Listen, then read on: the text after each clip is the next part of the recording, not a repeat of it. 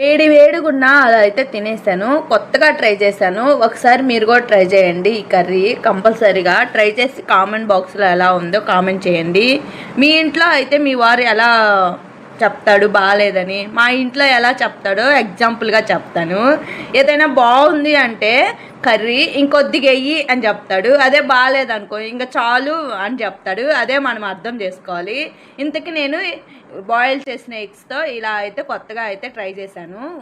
ఉల్లిపాయ, పచ్చిమిర్చి, కరివేపాకాయ అన్నీ బాగా కుక్ చేసుకొని సాల్ట్, పసుపు, కారం, గరం మసాలా అవన్నీ వేసుకొని ఇట్లా బాయిల్ చేసిన ఎగ్స్ని అండ్ ముక్కలు ముక్కలు అలా కట్ చేసుకొని దాంట్లో వేసేసి బాగా ఒక 10 నిమిషాలు బాగా కలుపుకున్న తర్వాత ఆ ఎగ్స్కి అనేది ఆ కారం ఉప్పు అనేది పట్టిద్ది. అండ్ ఒకసారి ట్రై చేయండి. టేస్ట్ అయితే చాలా బాగుంది. ఇలా రోటీల్లోకి అండ్ చపాతీలోకి దేంట్లోకైనా ఈజీగా సింపుల్గా అయితే చేసుకొని తినొచ్చు.